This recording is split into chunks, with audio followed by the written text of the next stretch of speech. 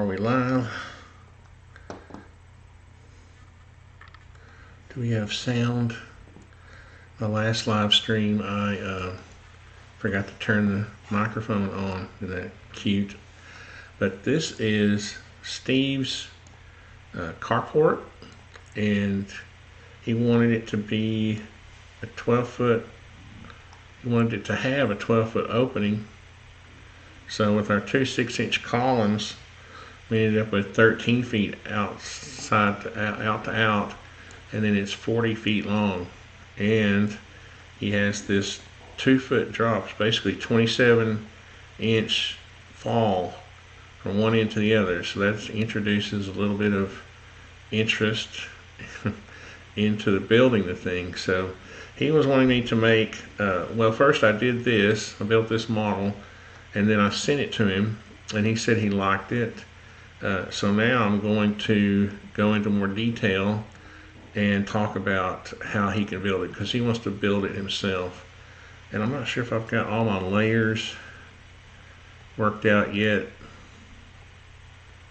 I guess I do have, okay, roof gutter goes into roof. I should have checked this. And then these should be in,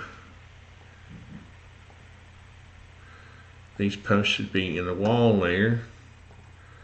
So I'll have to fix that right quick. What are they? They're untagged. Okay, so let me go into the wall and create a new layer called posts or columns. I call steel columns and wood posts posts. columns in S. Okay. So we're going to put these, and they should disappear whenever I put them in columns. And they do, but I didn't have, I didn't have the brackets as part of the component. And I know why I did that, but it's top secret, so I can't tell you. No, the real reason is I can't remember. But anyway, so here we go with our foundation. Now, let's see if I've got my grade in the right layer. Or if I have, yeah, it assigned to one, that should go in grade. Sorry, I should have done this before the live stream started, but sometimes, there we go. So, what we have here are these weird looking footings, and the reason I do it this way, and I'm going to go ahead and make these deeper because now I know how deep he's going to make them. Yeah, these need to be about another foot deeper. And this will be determined on by a few things. Your local frost line, you know, how deep your frost line is, depending on, like in Tennessee it's like 4 inches, you know, so we will typically extend our footing 12 inches below ground, you know, because that's just a rule of thumb we have here. But out in, you know, up in the Northwest, I've noticed it can get to be 4 to 6 feet, you know, up north. So you want the bottom of your footing to extend below the frost line. So that way you don't get the heaving, the freeze thaw cycle mess. The other thing that you want to make sure of too is that you're putting enough concrete in the ground, and we're going to talk about this in a minute. Let's make sure my audio is still working. Yes. Is that you want to have enough mass in the ground to hold this thing down to the ground, because in a situation like this where you have a structure like this, let's collapse all of these and turn it back on for a second. What you're concerned about is wind, not gravity. So let's do some freehand drawing here. I don't do freehand much in SketchUp, but what you'll do is you'll have wind coming along like this and like this, and that will create a lift, almost like an airplane wing. You'll also get wind like from downburst, that would be like this. Oops, we got a face there. So, I'm not a structural engineer, but I do understand the basics behind structures and the loads that are placed on them, because, I've been in the industry for 40 years, and you learn a few things as you go along. And so in this case, the forces that we're going to see from wind are actually greater than gravity. Now, if you had a building with a closed wall, the thing about houses compared to carports is that, it's enclosed. So you don't have as much uplift on a house. You do have, obviously you have wind forces against the side of the house, but those are actually easy to brace against. I mean, your interior walls, the code doesn't allow any more than a 30-foot span of unbraced wall. So, and if you look in your house, you'll notice that you've got, bedroom walls, living room walls, kitchen walls, whatever. All those internal walls help brace off your house. I'm going to undo all that. So, but on a carport, an open structure like this, a pavilion or anything like that, you got the forces of wind are your enemy. One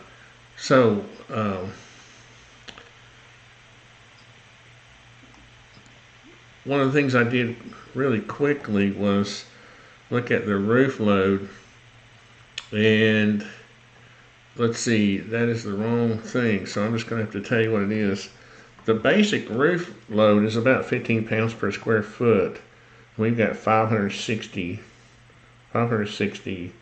times 15. You see, that's only 8,400 pounds, probably 10,000 pounds, maybe 12,000 with these LVL. These LVLs are heavy. These are, 2 40-foot long LVLs on each side. They probably weigh 300 pounds a piece. 3, 6, 9, 12. You got that, plus these columns probably weigh about 100 pounds a piece. So, you got 12 to 15,000 pounds by the time you can, think about your siding, your soffit, But still, that's nothing. That's about a third of the the weight based on force that you're trying to resist. So it's easy to prop up 15,000 pounds. Sounds like a lot of weight, but it's really not that much when you're talking about structures, right? So it's easy to defeat gravity in this case. What's not going to be easy to defeat is our wind forces. Okay, I wonder if anybody's ever built a carport that was in the shape of a wing. That would be a brave thing to do. I should do that. It would be zero gravity. But anyway, when the wind's blowing. So let's go back to, since we have our, what's funny is there's a post. I had created a post layer. I'm going to delete it now. I don't need it anymore. And then we got wall civil. That should go in wall folder. I'm slowly, and I don't have a floor. Anyway, back to this. So let's turn off our roof and our wall. And you saw the footings. What we do is we dig a 24-inch hole. Okay. Now in this case, I think these are actually 16 because of it being a small structure. Yeah, 16-inch hole, 16 or 24-inch hole with an auger, usually on a small excavator, a mini X or a big skid steer. Drill these things out, and then what you'll do is you'll form up. On top of that, on top of the ground, you'll take some 2x8s and form up square boxes. Okay, this keeps you from actually even having to buy sonotubes. Okay, because you're using the earth as your form. Right, so all you have to do is dig the hole, clean it out, put your rebar in there, and I've got a detail for the. I'll show you later on. it's got a cage in it. Okay, so you dig that hole. The depth, I think for him, it's going to be about 4 feet. I need to check. I don't know. Are you in Texas? I got too many little jobs going on, to be honest with you. Well, one of them I've got is in Washington. I think you're in Washington, Steve. You can correct me. And I think that's why we were talking about. It was either you or Roger lives in Washington. In any event, we'll double check before I do the paper drawings, the printable drawings. I'll double check the depth of that. Okay. In any event, you got to put them in the ground, and you need enough concrete in the ground to resist that. Oh, speaking of wind loads, let's go back to that right quick. There's a neat calculator online. There's several of them. These wind load calculators you'll put in, and I just put in 75 miles an hour just to kind of demonstrate. I mean, you could do tornado winds if you wanted to. And then there's some just standard air density, and then you've got 560 square feet is our 14 times 40, and then the surface angle. I put in the worst case scenario. You'll notice, like if I change this to 135, the loads actually go down, but the worst case scenario is a 90-degree hit. So we'll leave it at that. So we've got these and we got this dynamic pressure that has to do with wind and all that. So we'll leave that alone. So we came up with about 35,833 newtons.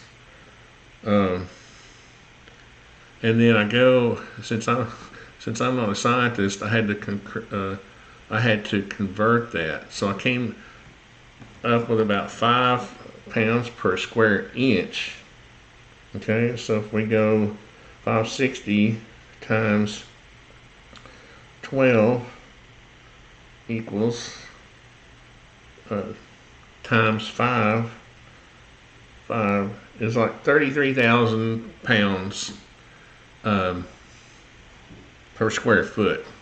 That's basically what that comes to. Okay, so what you're trying to do is you can see that's like 3 times the load of the gravity load, right? So what we're trying to do really is resist uplift in this case more than we are gravity. Gravity is, is a relatively weak force, but wind is a stronger force when it comes to buildings. So we got these in the ground now. I was going to suggest, if you feel like I'm trying to go fast here, I am, because I got to be done by 4 o'clock. But what I would suggest, Steve, and I make as many videos as people need if they're building their own projects. So if I miss something or need something to be clarified, it's no big deal. I go back and do it and further detail it, especially on the drawings. There's a lot more detail on the drawings than I can put in words in a video. So, but what I recommend is, since you have this slope here, it's hard to get, you can't measure when you're squaring this thing up. If you try to measure, I'll just give you a good example. From the leading edge of that, putting to this one is 39 feet 2 1/4, okay, measured horizontally, but it's about 4 inches more. You see, 39 feet 6 3/4 measured at an angle. You see, so you can't. It's hard to square up.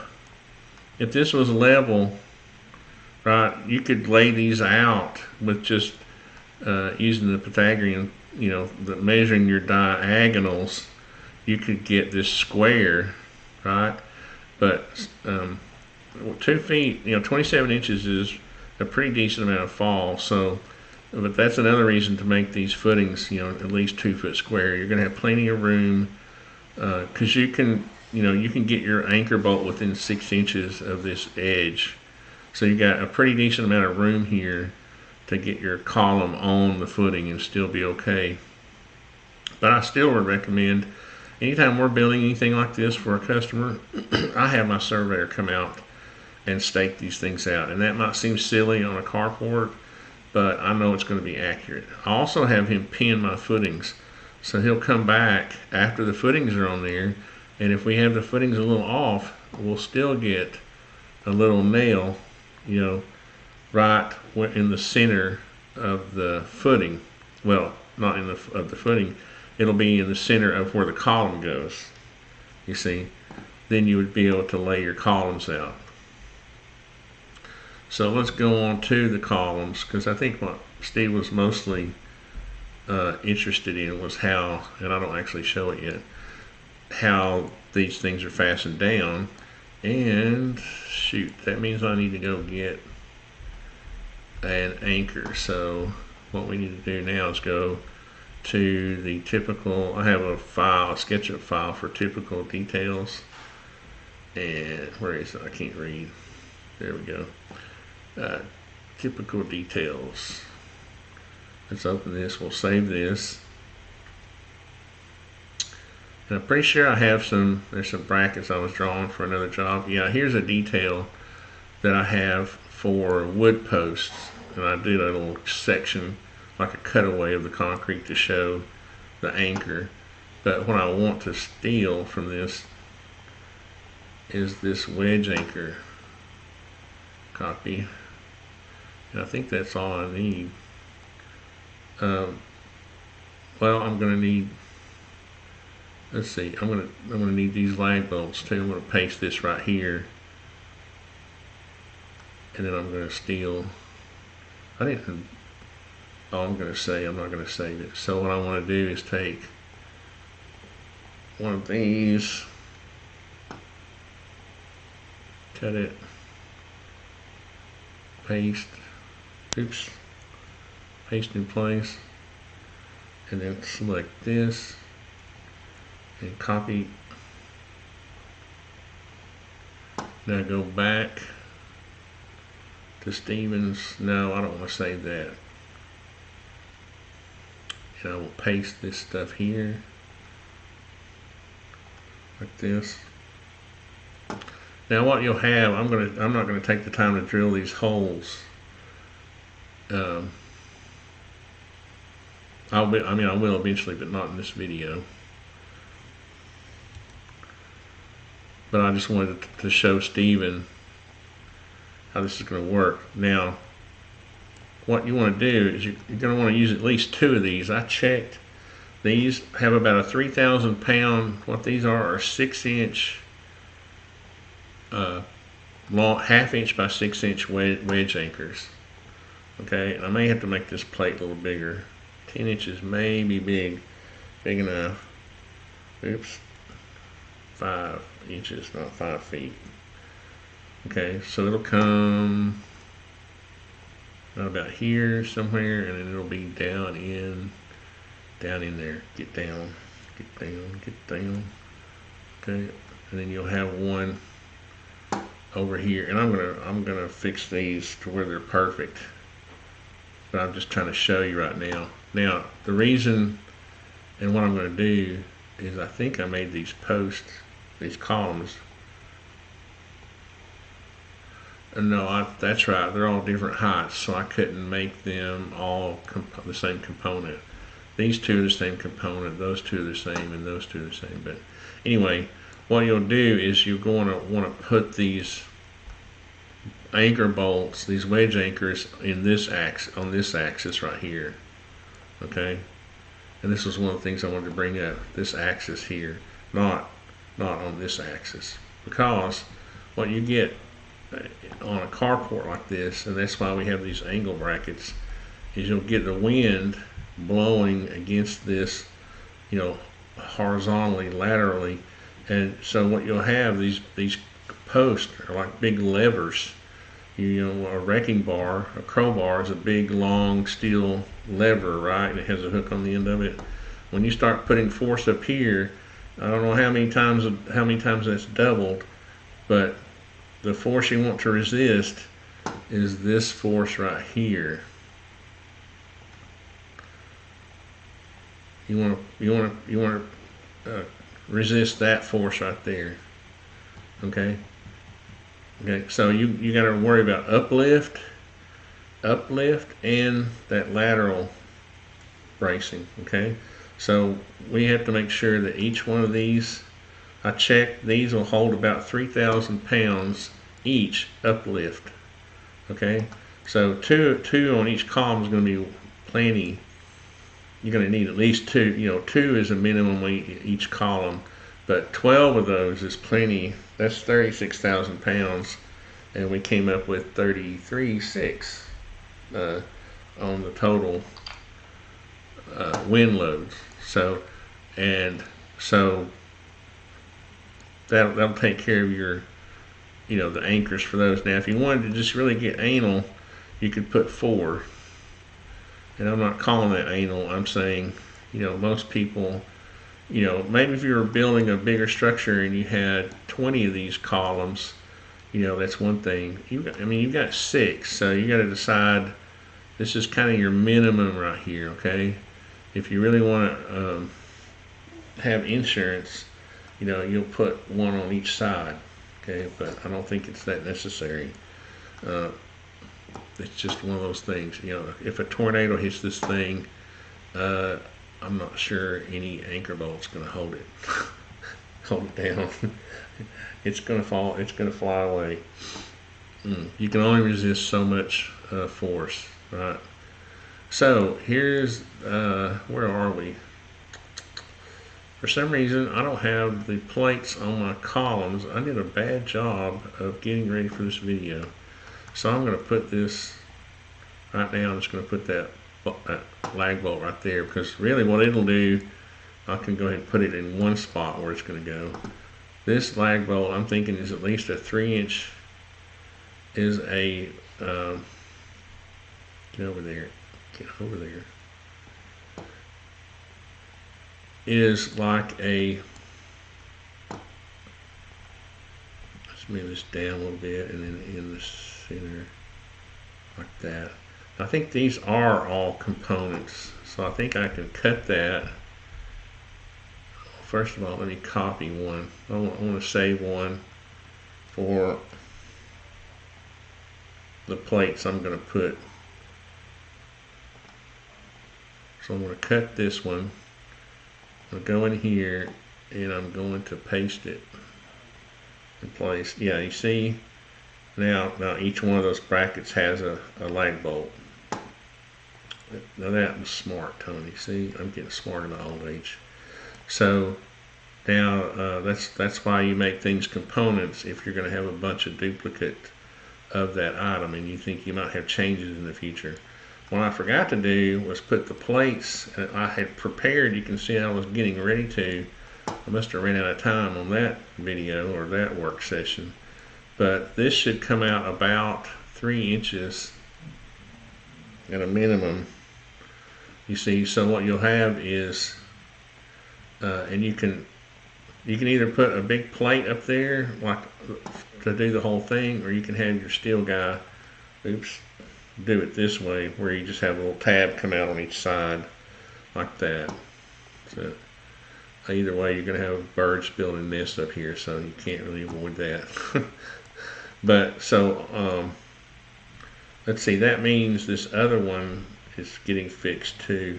Oh, I'm gonna have to mirror it, dang it. So that's the only problem with components, is that I don't think I mirrored that. I'll have to mirror that post. But anyway, then what you'll have is, let me go out here and get this cut. And oops, let's see, did I cut it? Cut, go in here, paste, come out here.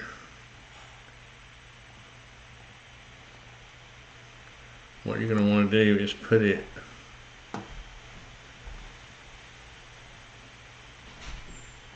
sort of in that same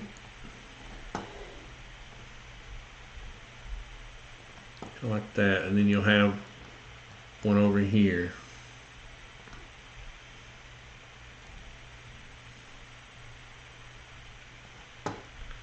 like that. See, and the reason you can get by with just those two is because, well, these LVLs are lagged together and they're interlocked this way.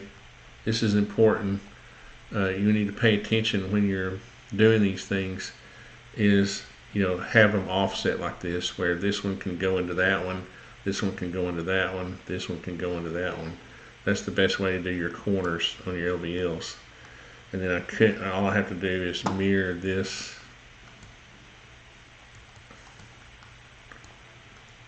little puppy right here, and it will be correct. -1, and then just push it back.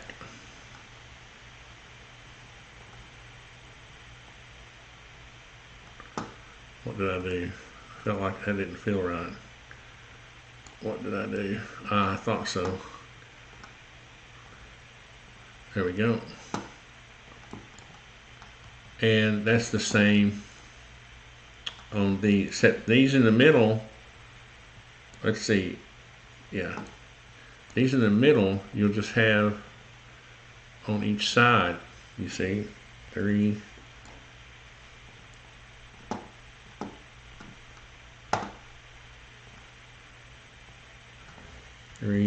Like that, and you'll have your 2 bolts,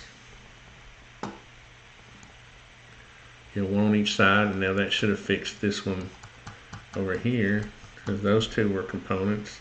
Yep, that fixed that one. These 2 were alike, and these 2 longest ones are alike. And I wonder if I remember to mirror it. Hey. Oh, left side, be careful. Alex going to work. He's doing pretty good. He's managing a restaurant, which is a sort of a temporary gig for him till he makes enough money to move out, which will be a sad day. So we got that. Now let's go see if I mirrored this one. I bet I didn't, because I didn't mirror the other one. Nope, I didn't. That's easy fix. Oops, I just gotta select it first. Mirror. Mirror, mirror on the wall. Who's the greatest SketchUp artist of them all? Not ArtisanTony. And I see what I did last time. I grabbed that point instead of that point.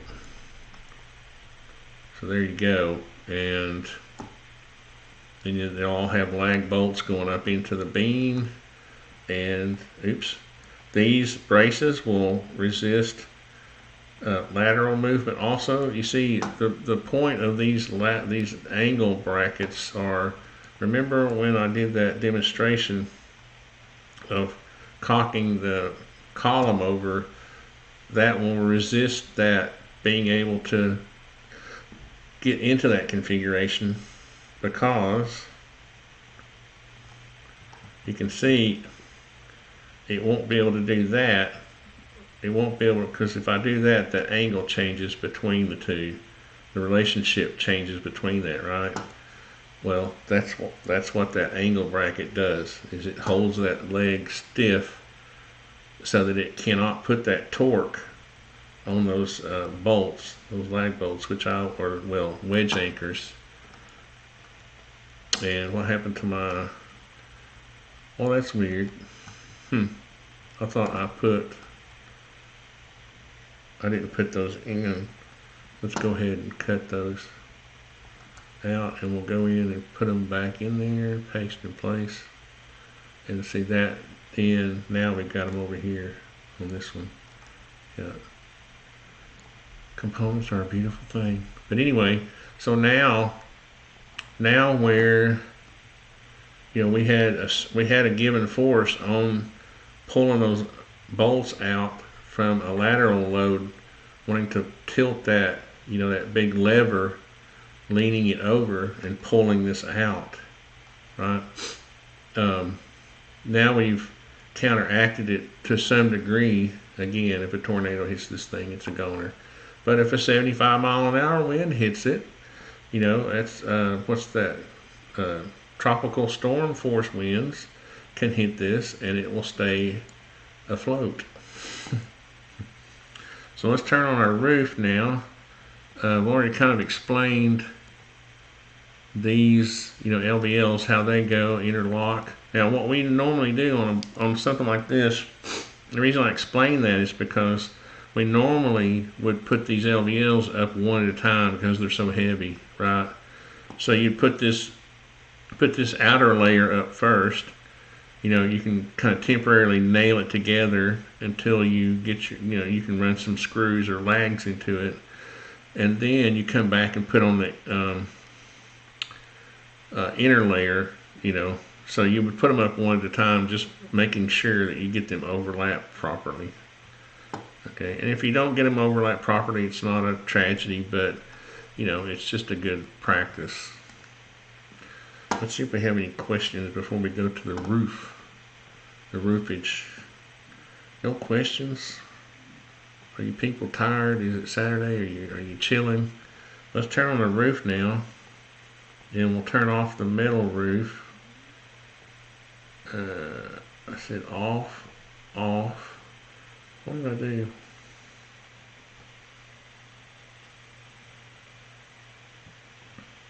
Okay, it was in the roof cladding. I don't know where those other layers came from. So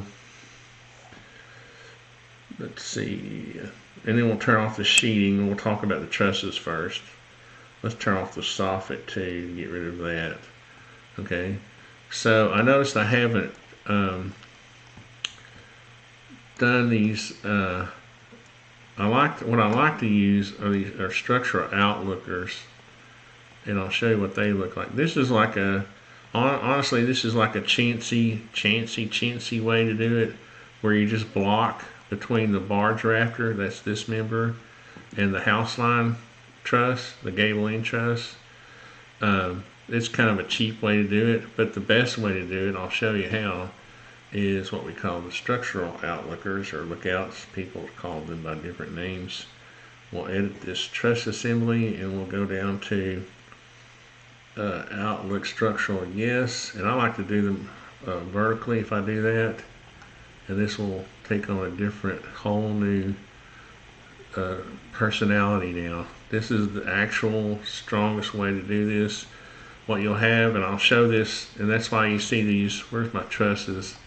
These aren't the right trusses over here, but they will be in a minute or later when I get around to it. I'll do a truss detail that you can send to your truss manufacturer, and it will show this truss right here being dropped so that these outlooks can go over.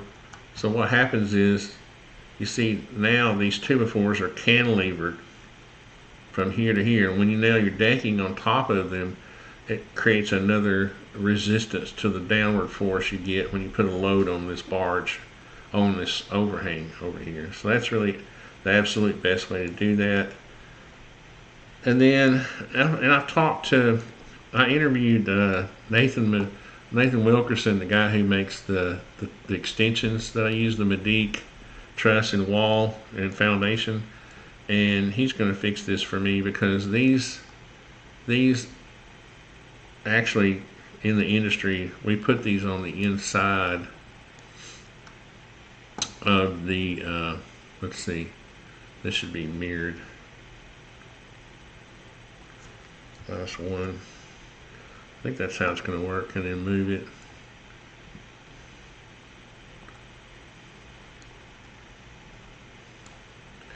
Yeah, these go like this. And yeah, they will have to go, and you do have to, I thought something was weird. These gussets aren't that big in real life. They don't hang over. So I don't remember them being in the way like that. But if they are, you'll find that it's still easier to put these on the inside. Because if you've got them over here, they're a little bit harder to put on. But either way, it doesn't really matter as long as I actually like mine being connected to the bottom cord, but you can do it the other way. It's not a big deal. It's just something that, over the past 40 years. On a house, we do it this way because the building inspector wants to be able to walk through the house and look up, and see the things from the inside, the roof tie, the rafter ties. He wants to be able to see them to verify them. A lot of times by the time the inspector comes, you may have, a soffit on or something like that, and he can't see them necessarily. So for some reason, they just like to see them on the inside like that. But that's how, when you're setting these trusses, get out of edit mode here. When you're setting these trusses, you'll set them all up here. They will, I may do it, what time is it? Oh, it's just 2:41, I got plenty of time. You'll set them up here. Let's see, are these components, I think I can lean them all over at the same time. They'll kind of be, if I can quit scrolling weirdly. What they'll do is they'll be laid down. You'll lay them down. Oh, I'm going to have to do them all that way, aren't I? I can regenerate this. I thought I guess it doesn't change the orientation. I thought they were components and I could just,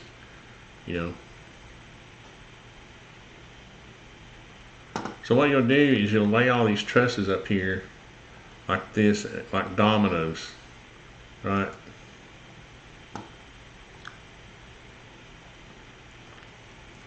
I'm just going to do 3 or 4 of them to give you an idea. I'm not going to bore you with trying to watch me turn all these trusses over.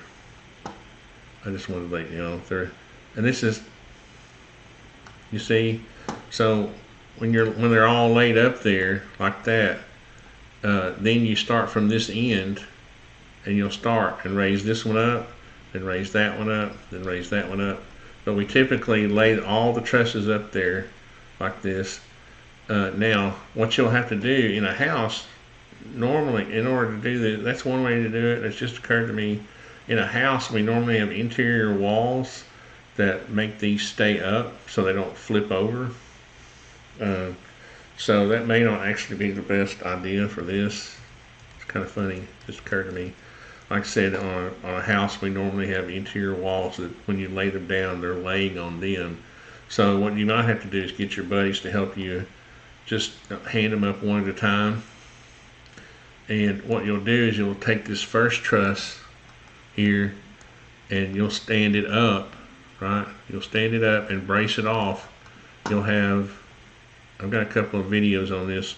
You'll have 2x4s coming down. I think you can, if you search bracing, the word bracing in my videos, I think I've got a video specifically for this. But you'll brace off this house line truss, this gable end truss, and get it plumb right first. Those don't look like anything, so I'm going to delete them. But the point is you'll brace them off to the ground, drive some stabs in the ground, you'll get this nice and plumb, and then you'll do this one on this end, okay? Get it centered where it goes, centered this way on the structure. You'll stand it up, brace it off to the ground this way, a couple of stabs in the ground. Now you'll take a string and run it from the top. Where'd it go? You'll take a string and go from the top of that truss, the 2 trusses that you just put up, and you'll run it all the way over, you see, and that was in the wrong spot. Oh, I know why, because that's a drop truss. So, now I know what you're thinking. If you've got drop trusses, how do you do that? Well, we have these blocks that we use that will cut. They're like 22.5 inches, whatever. I think it's 22.5. Yeah. And you'll nail them between the trusses. And as long as this one, the first one you put up, see, this just goes to the fact that there are plenty of different ways to do things. So that once you get this end, this house line, this gable end truss braced off and plumb, you cut blocks that are 22.5 inches, and you'll raise this one up. You'll put the block between it, nail it. Raise this one up, put the block between it, nail it. And what that does is it spaces them properly at the top. And as long as you have this first one plumb, the rest of them will be plumb. And of course down here, you've got layout, where you've gone down and made your mark and then put your X, on the side the trusses go on. Like that. Of course, that's over here. And so on 40 feet, of course, the 2-foot layout's going to work out pretty good. So let's just pretend you got. Now I'm going to show this, but what you'll have is also bracing on your trusses. You'll have, you know what? I should have a layer for bracing. There it is. This is probably from another job, this job over here. There it is right there. So I can kind of show you. Here's all the blocks. Here's all those wood blocks. See? I might be able to show you this. I haven't finished this. I do sort of a quickie to get the thing, close, and then when I find out the customer's happy, then I go into more detail and get down there, so I can tell I'm not down there yet. There we go. Of course, the pitch is off a little bit, but you can see what you'll do is, and that's not that doesn't go there. This goes. Oops, wrong thing. This goes to the end, so that would go down one more truss. Yeah, you see, and this brace here would go. This was for another roof, so it's not lined up exactly right. This brace would go on the side of this. Well, shoot, I had it there.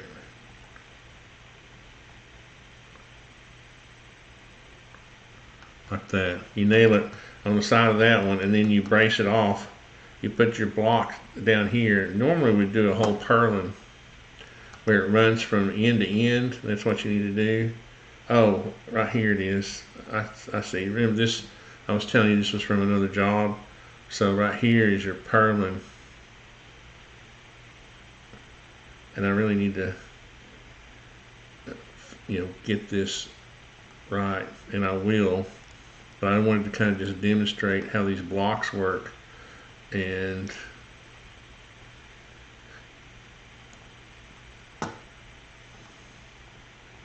they will be actually, let me go select the whole thing. This will actually, oh, I know what it is. Duh. These go on the bottom of the, yeah, these go on the bottom of the trusses. What am I thinking? I'm in a hurry, and I'm not really thinking at all, to be honest with you. Like that. That's why I was questioning the 22.5, because I knew that didn't sound right. But what you do is they go down a little bit. And all you framers out there know what I'm talking about. You've done this. I'm just having a hard time getting SketchUp to cooperate. There we go. So they go underneath, and what you cut them, I think it's 25.5 inches long. So what you do is you cut them long enough to go, let's see, yeah, 24.5 inches. Yeah, you cut them long enough so that when you nail it flush with the one you've already put up, then you know that this one goes to flush with the other end. And so it braces them and lays them out at the same time. Does that make sense?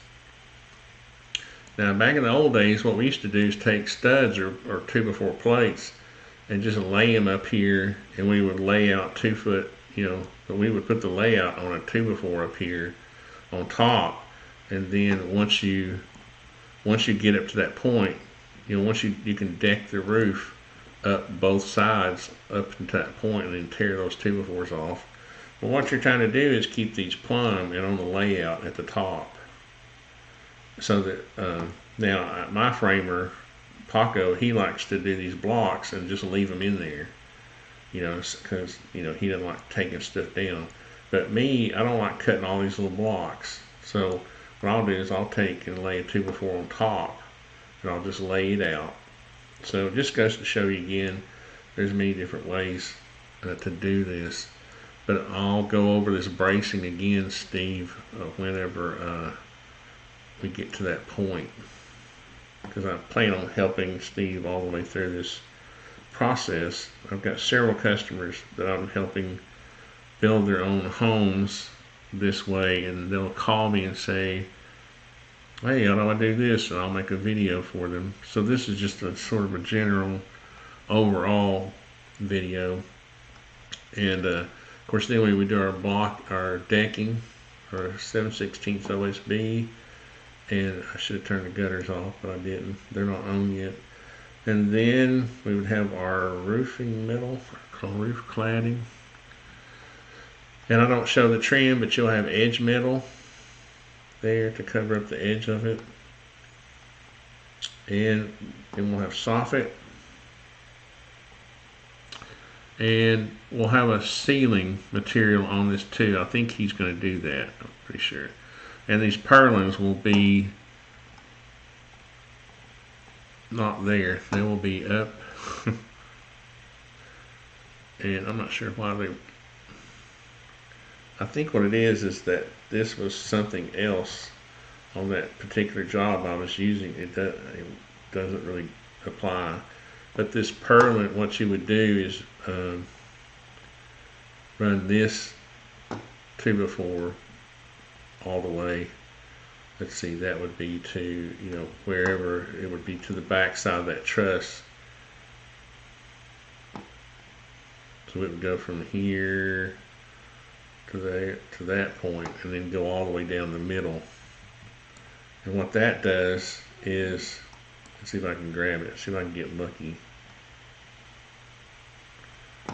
And pull it down. I could do it a couple of times so because I can't see. And this would be in the middle.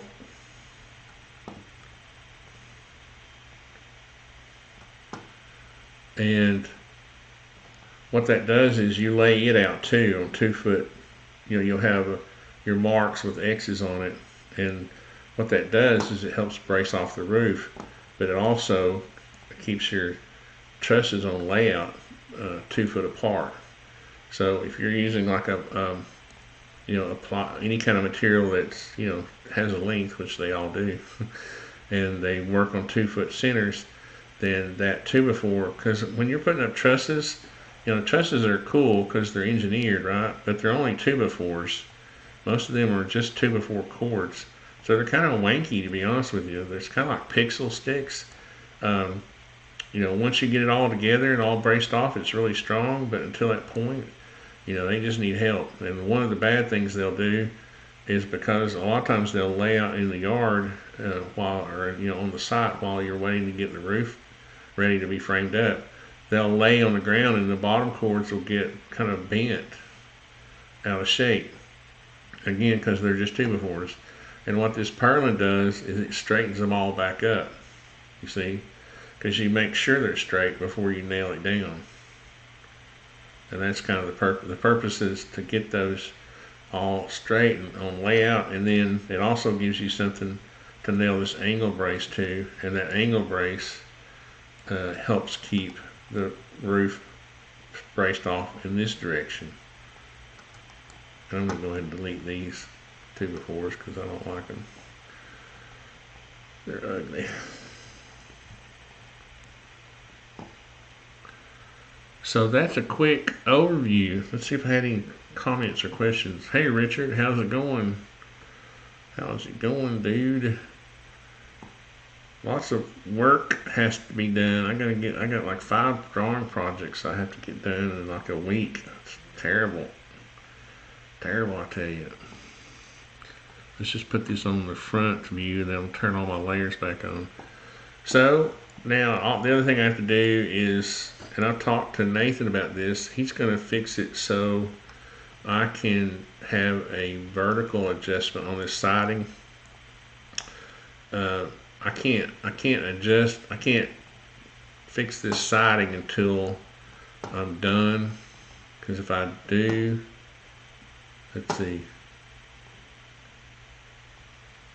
I can't bring it down anyway. What I'll have to do is I'll have to put, I'll have to pull this siding down, because you want the siding to come down and cover that LVL. You don't want to leave that LVL exposed to the rain, the weather. So, but I'll fix that. And again, it's just a matter of incrementally getting things right? So it's a matter of me communicating with Steve what he wants, and then I draw what he wants and also what's required by code, and also, a lot of this stuff kind of exceeds the code, and which is good, and these footings probably exceed code requirements, and technically you could probably get by with one bolt or one anchor bolt on your base plate, but who would want to do that? That would be kind of silly. And I need to fix these gutters, because they're not going to go down into the concrete like that. Oh, you know what you can do though on this extension is kind of cool. You can actually adjust that down here at the very bottom. Downspout, let's make them 120, see if that helps. I'll have to make them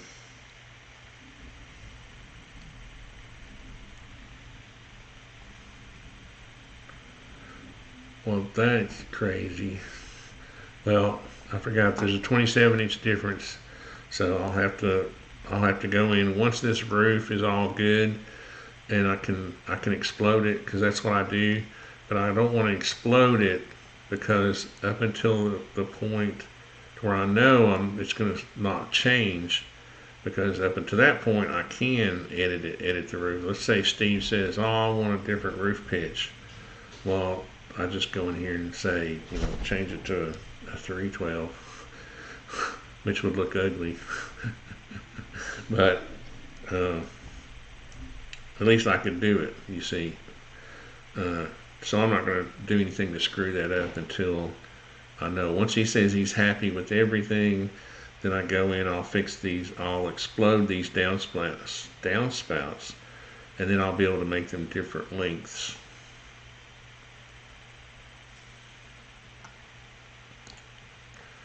Alright, well, I bet you didn't think there was so much to a little carport, did you? Uh-oh, I have questions. There's Richard, all good. Let's see, all shopping done and all the eggs sold. Alright. 30 pounds at the lotto. I have never won anything on the lotto. Of course, I don't play it, so I guess I'll never win anything. 30 in egg money's going into the range fund.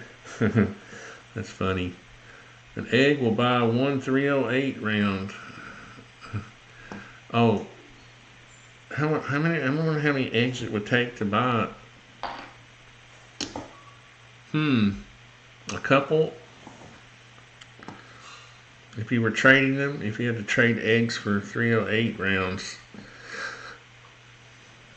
Well, I think I'm going to try to get ready for this other meeting I have with a new customer.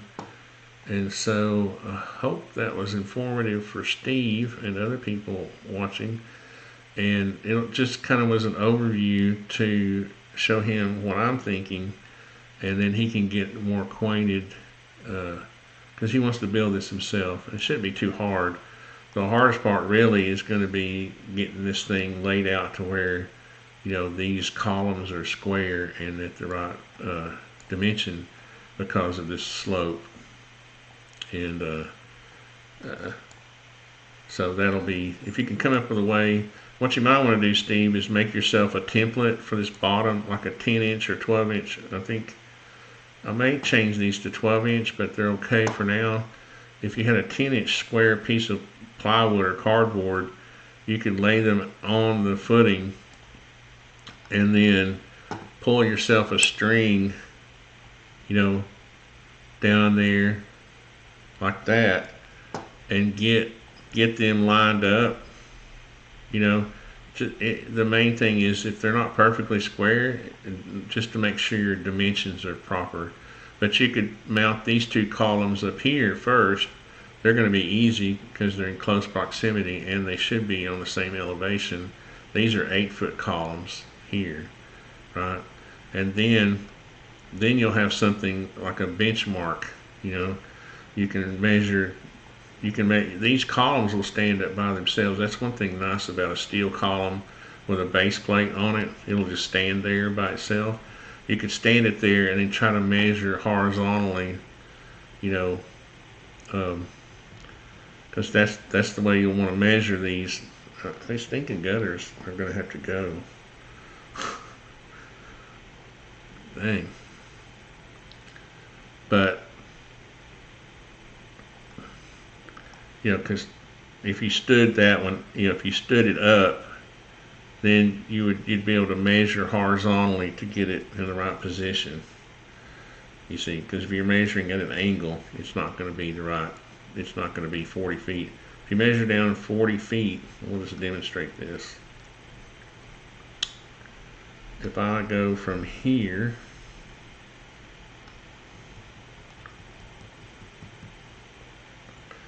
to here, and I say 40 feet.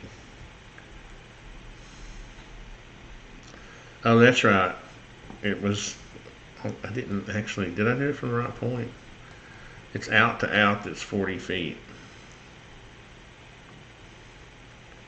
If I go from there to here, why don't you just measure it?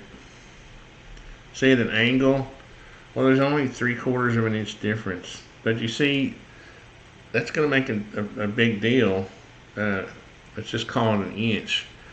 Up here, you see, if you buy 40-foot LVLs, right, and you make this column sticking out, it's 40-foot one, you see, it's going to be hanging out. So it'll be just ugly anyway. So what you want to do, that's going to be the challenge here, since you've got this slope, is just get these 40 feet apart and 13 feet apart, or there's 12 feet between them. And that'll be your biggest challenge. But so once you get your columns up, it should be relatively easy as far as the brain power required. Physical labor will start at that point, but I sold 5 boxes and oh, that's cool. 5 boxes of eggs or 5 boxes of ammo? Alright, so thanks guys for watching, and I will see you in the next video. I'll have to go get ready for an online meeting. I will say right quick, my meeting server, I will show you, is looking pretty good. I had a friend of mine, Mike, is my IT guy. He had to update the software, so we kind of got this new look. And this is how I meet with people. Like if I'm going to meet with Mark, I'll just start a meeting, and it's got a whole new, fresh look to it. You don't have to sign in, but I do, since I'm the moderator. But this is our kind of new look for the meeting. And what I do is I'm able to screen share with my customers, and I'll go, and they'll be able to see what I'm seeing. And that'll be like the next thing that Steve and I do. Once he watches this video and I don't have any other, there's no other issues, and I get all this stuff completed, then we can kind of have a final pre-construction meeting online and answer any last minute questions about that before he starts his footings. Anyway, I'm rambling again, so I will quit, and thanks for watching.